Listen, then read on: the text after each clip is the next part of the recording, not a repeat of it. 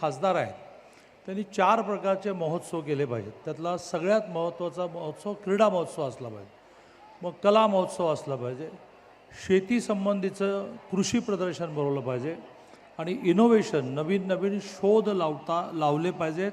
त्यासाठी नवीन शोध लावणाऱ्या तरुणांच्या वेगवेगळ्या प्रकारच्या शोधांचं प्रदर्शन केलं पाहिजे. मुरलीधर अण्णांनी यावेळेला क्रीडा महोत्सवापासून सुरुवात केली आणि प्रचंड प्रतिसाद मिळाला. मी त्यांचं अभिनंदन केलंच पाहिजे, कारण आत्ताच मी अंजली दीदींशी बोलत होतो की कुठल्याही स्पर्धेमध्ये कुठेही मारामार नाही, दुमत नाही, कोणी जखमी झाला त्याला ॲडमिट करा असं झालं नाही. अतिशय स्मूथली या सगळ्या स्पर्धा पार पडल्या. ह्याला मुरलीधर अण्णांचं जे संघटन कौशल्य आहे, त्यांनी जी टीम उभी केली, जी टीम जे ठरेल ते करत असते, आणि त्यामुळे त्यांचं मी अभिनंदन करतो. महाराष्ट्र शासन आता खेळ या विषयामध्ये खूप नवीन नवीन निर्णय घ्यायला लागलेले. अंजली दीदी वगैरे ज्या वेळेला शूटिंगमध्ये समोर येत होतं तर 5 लाखाचं 10 लाखाचं अवॉर्ड मिळायचं. आता डायरेक्ट वर्ल्ड लेवलला जर गोल्ड मेडल मिळालं तर 2 कोटी रुपयाचं बक्षीस आपण सुरू केलं. सगळ्यात महत्त्वाचं म्हणजे जागतिक स्तरावर ब्रॉन्झ जरी मिळालं तरीसुद्धा क्लास 1 जॉब विदाऊट MPSC द्यायला आपण सुरुवात केली. नॅशनल लेवलला गोल्ड मेडल मिळालं तर विदाऊट MPSC आपण क्लास 1 द्यायला सुरुवात केली. स्टेट लेवलला गोल्ड मेडल मिळालं तर विदाऊट MPSC आपण क्लास 2 द्यायला सुरुवात केली. कोविडमध्ये ज्या पोस्टिंग राहिल्या होत्या त्या 378 जणांना एका फटक्यामध्ये एका दिवशी सगळ्यांना अपॉइंटमेंट लेटर मिळाली. आणि त्यामुळे खेळ हा जसा आनंदाचा विषय आहे तसं महाराष्ट्र शासनाने खेळामधला सहभाग वाढावा, स्किल वाढावं म्हणून मोठ्या प्रमाणावर प्रोत्साहन म्हणून नोकऱ्या द्यायला सुरुवात केली. त्या त्यांच्या लेवलच्या द्यायला सुरुवात केली.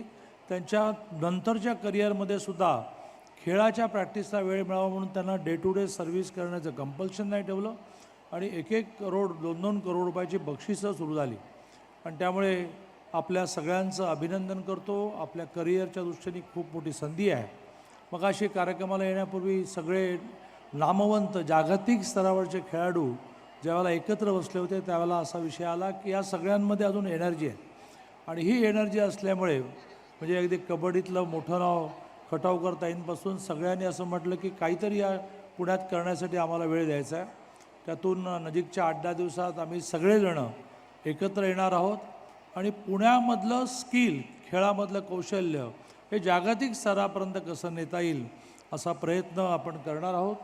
आणि त्यामुळे आपल्या सगळ्यांना खूप मोठी संधी आहे. पुणे हे शहरच असं विकसित झालं की ते जे जे आपण करू त्याचा व्हॉल्यूम फार मोठा होतो. मग तो शिक्षण असेल, या ज्या प्रकारच्या शिक्षण संस्था आहे, मग आरोग्यसेवा असेल, मग कलेमध्ये असणारी मोठमोठी नावं असतील, आणि त्यामुळे खेळामध्ये सुद्धा खूप मोठा व्हॉल्यूम आपण गाठू असं मला वाटतं. आज ज्यांना मेडल्स मिळाली, बक्षिसं मिळाली ती इतक्या मोठ्या संख्येने आहेत की प्रत्येकाला ट्रेमधून दिली गेली की घ्या आणि पहिले आपापल्या गळ्यामध्ये घाला, कारण एवढ्या सगळ्यांनी इथे यायचं तर एवढा पाठच झाली असते. आता अक्षय कुमारजींच्या उपस्थितीमध्ये काही महत्त्वाची मेडल्स, महत्त्वाची कॅश प्राइजेस इथे दिली जातील. मी पुन्हा एकदा सगळ्यांचं अभिनंदन करतो आणि मिलिंदजींना असं आवाहन करतो की मला वाटते अक्षयजी येईपर्यंत काही सांस्कृतिक कार्यक्रम खेळाडूंचे आहेत. हां, मग आम्ही खाली जाऊ का थांबू इथे, काय करायचं? पहिल्या रांगेत जागाच नाही आहे. आपण सगळेजण पहिल्या रांगेत जाऊन बसायचं आहे. अक्षय कुमारजी येईपर्यंत 1-2 इव्हेंट आहेत, मग पुन्हा वर यायचं. जय हिंद, जय महाराष्ट्र.